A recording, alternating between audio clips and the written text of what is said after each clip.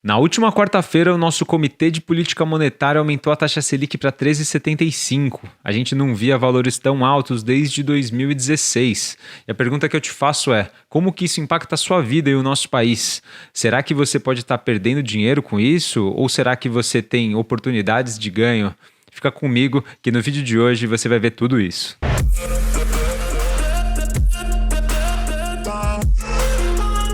Chegamos ao 12º aumento consecutivo da nossa taxa Selic. Pessoal, para quem se recorda, há mais ou menos um ano e meio atrás, a taxa Selic estava em 2%. E agora, no momento que eu gravo o vídeo de hoje, que é agosto de 2022, a gente chegou à marca de 13,75, com uma previsão aí que os juros encerrem esse ano na faixa dos 14%.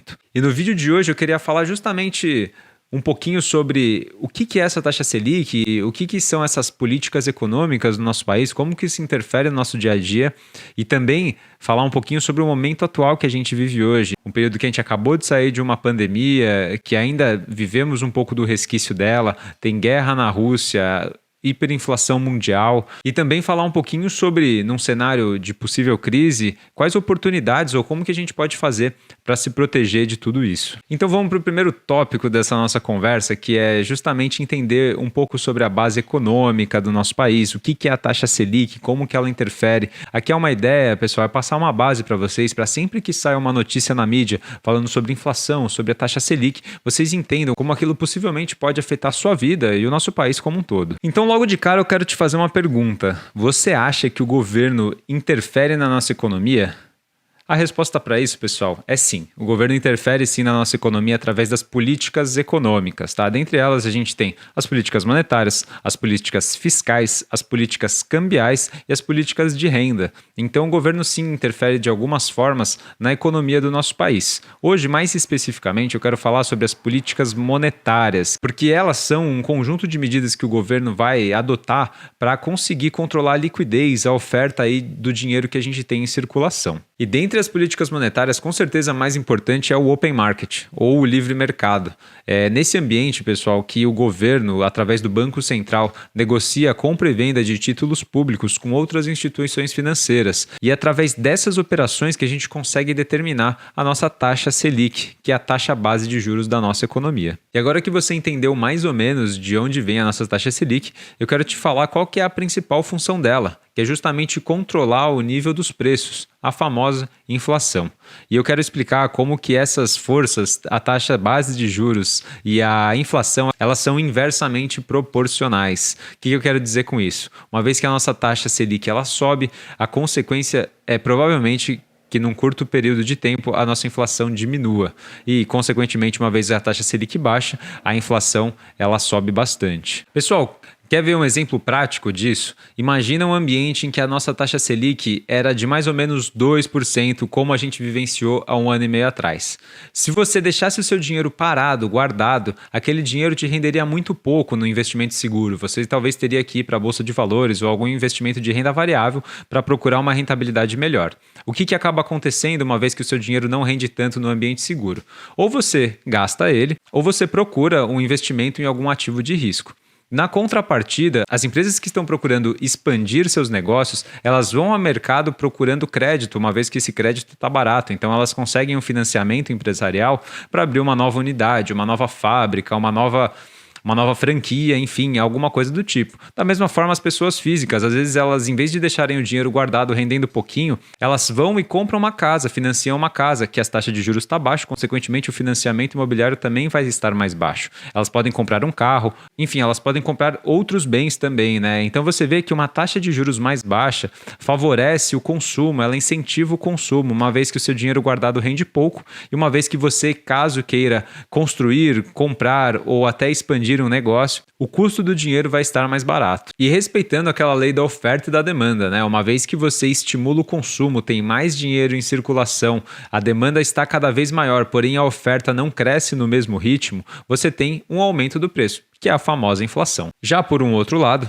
uma vez que a taxa de juros está alta, várias empresas repensam na hora de fazer investimentos, de aumentar parques fabris. Então a produção naturalmente diminui num cenário de taxa de juros mais alta. As pessoas também, pessoas físicas, elas vão pensar melhor. Será que vale a pena eu trocar de carro agora? Será que vale a pena fazer um investimento maior numa casa? Enfim, sendo que as taxas de juros estão altas e o dinheiro na renda fixa está pagando bem. É uma renda segura que ao mesmo tempo tem uma rentabilidade bastante interessante.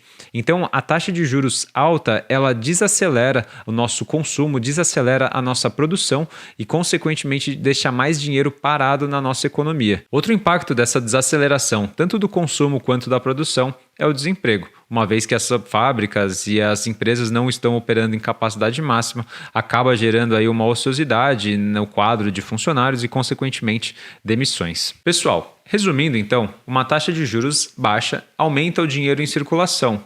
Ela também incentiva o nosso consumo. Consequentemente, ela aumenta a nossa inflação. Já uma taxa de juros mais alta, ela diminui o nosso dinheiro em circulação. Ela freia a nossa inflação, porém ela aumenta o nosso desemprego e ela também pode significar uma possível recessão. Será que a gente está para entrar num momento de grande recessão? Nessa segunda parte do vídeo eu quero justamente conversar sobre o nosso atual cenário, o que aconteceu nesses últimos anos pós-pandemia e os impactos disso para a nossa economia.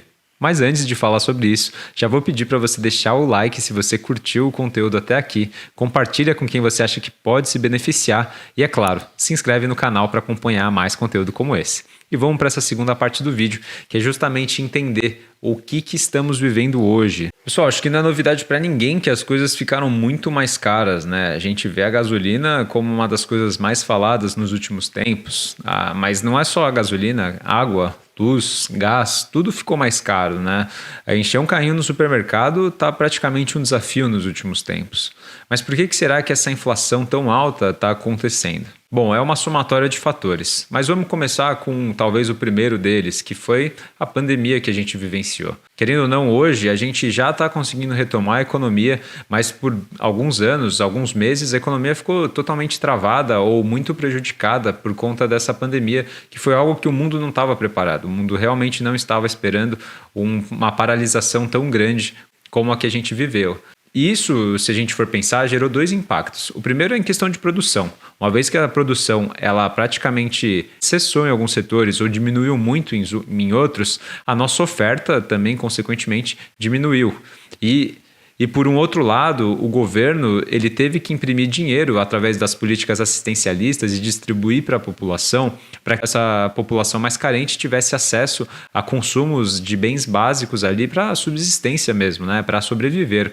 O que acaba acontecendo? Um momento que você tem uma produção praticamente parada, estagnada e uma injeção de dinheiro na economia, você tem um aumento dos preços, a famosa inflação. Então, a pandemia por si só, ela acabou gerando um impacto econômico muito grande, não só no Brasil, mas em todo o mundo. Então, o primeiro fator foi esse aumento da base monetária, somado aí com uma oferta e uma demanda desbalanceada. E o segundo fator, logo depois a um período de pandemia, é essa guerra entre Rússia e Ucrânia que a gente ainda está vivenciando. Você pode até estar pensando assim, pô, mas essa guerra é lá na Europa, o que tem a ver com o Brasil? Tudo, pessoal, tem a ver tudo com o Brasil. Porque essa guerra, ela afeta diretamente no preço dos combustíveis, do petróleo no mundo. E o preço no petróleo, ele impacta toda a cadeia de distribuição, de frete. Tudo que a gente for comprar ou exportar de matéria-prima vai ficar mais caro. Então, qualquer coisa que a gente for consumir vai ter um reajuste final por conta dessa guerra que ainda está acontecendo. E os impactos disso é uma inflação não só no Brasil, mas como no mundo. Os Estados Unidos mesmo estão sofrendo com essa alta inflação. E o Federal Reserve, aumentou a taxa base de juros norte-americana para mais de 2,25. Isso é algo totalmente fora do comum para o mercado norte-americano. Os norte-americanos, diferente do brasileiro, eles não estão acostumados com uma inflação tão alta, consequentemente com o aumento da taxa base de juros para controlar essa inflação crescente. E esse aumento da taxa de juros norte-americana também é outro fator que empurra a nossa taxa Selic lá para cima. Por quê? Porque os títulos do Tesouro norte-americano, eles são vistos como um dos investimentos mais seguros do mundo, né? Afinal de contas, a economia global ela é lastreada em dólar. A dólar é a moeda forte que a gente tem tem no mundo. Então, uma vez que os títulos do Tesouro norte-americano, que são considerados ativos seguros, eles aumentam a rentabilidade, o governo norte-americano paga mais para quem deixar o dinheiro com eles, consequentemente, os outros países com maior risco, como por exemplo o Brasil, também têm que subir sua taxa base de juros, porque senão, se a gente tem uma taxa muito próxima entre Brasil e os Estados Unidos, a maioria dos investidores estrangeiros eles vão investir nos Estados Unidos por ser um ambiente mais seguro. E para o Brasil se tornar um ambiente atrativo aos investidores, o Brasil tem que acompanhar essa subida da taxa de juros baseado nos títulos norte-americanos. Vocês perceberam que nada é tão simples assim? São vários os fatores que geraram esse sequencial aumento na nossa taxa de juros. Tanto os fatores internos do Brasil quanto os fatores externos. E ainda tem mais coisa por vir. A gente tem eleição no final desse ano. Independente de quem ganhar, será que o mercado vai reagir positivamente ou negativamente?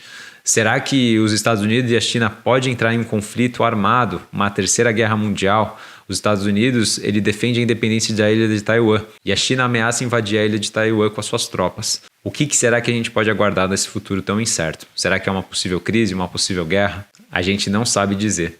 Mas o que a gente pode fazer é se prevenir, se proteger e talvez também ganhar um pouco. Afinal de contas, as crises elas não são boas, as crises são destruição de valores. Porém, nesses momentos de incerteza, de medo, surgem grandes oportunidades de investimento para você conseguir alocar o seu capital e às vezes multiplicá-lo de forma bastante interessante. Então vamos para a oportunidade. Pessoal, talvez a primeira oportunidade, a mais óbvia delas, é o Tesouro Selic, né? Nesse cenário de renda fixa tão alta, a gente consegue uma rentabilidade de praticamente 1% ao mês no Tesouro Selic. Isso é um investimento perfeito se a gente for olhar pelo tripé de risco, retorno e liquidez, né? A gente tem um risco muito baixo, é o investimento mais seguro do nosso país, com um retorno muito interessante, 1% ao mês, com uma liquidez altíssima e no mesmo dia, ou D+1, esse dinheiro já está na sua conta. A renda fixa proporciona uma excelente oportunidade. A gente também está chegando numa faixa de pico da renda fixa. Então a gente tem uma renda fixa que está crescente, ela talvez se estabilize e depois mais para frente ela volte a cair. Isso é certeza que vai ser esse comportamento? Não, como eu disse, a gente vive um momento de bastante incerteza. Mas se o comportamento do mercado for cíclico, for natural, é capaz de a renda fixa bater os seus 14,5 aí ano que vem e depois ela apresentar uma curva de queda. Nesse momento que você atinge o pico da taxa de juros, é um momento em que você pode adquirir títulos pré-fixados, ou seja, aqueles títulos que vão pagar aquela rentabilidade contratada no momento.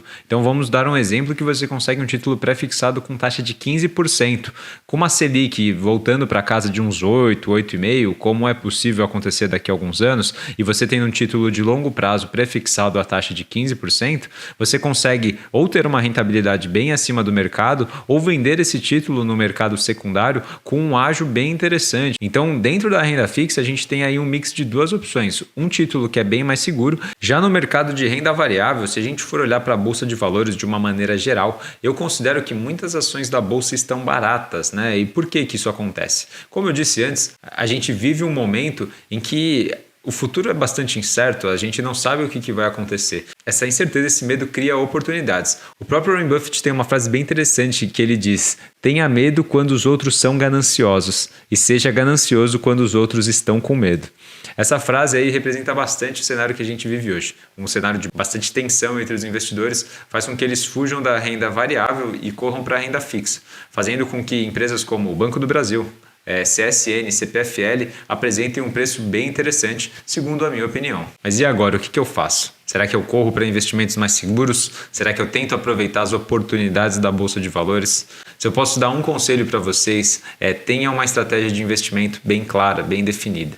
Independente do cenário ou da situação que a gente se encontra, a estratégia bem definida e aportes constantes, elas superam qualquer tentativa de lucro, de oportunidade. A constância, o longo prazo, ele supera qualquer tipo de investimento. Se você ainda não tem sua estratégia bem definida, eu vou ter um prazer de conversar com você. Então deixa aqui nos comentários caso você queira um vídeo para falar um pouquinho sobre estratégia, sobre opções e diversidade de investimento. Meu nome é Samuel Nishioka e eu te vejo no próximo vídeo.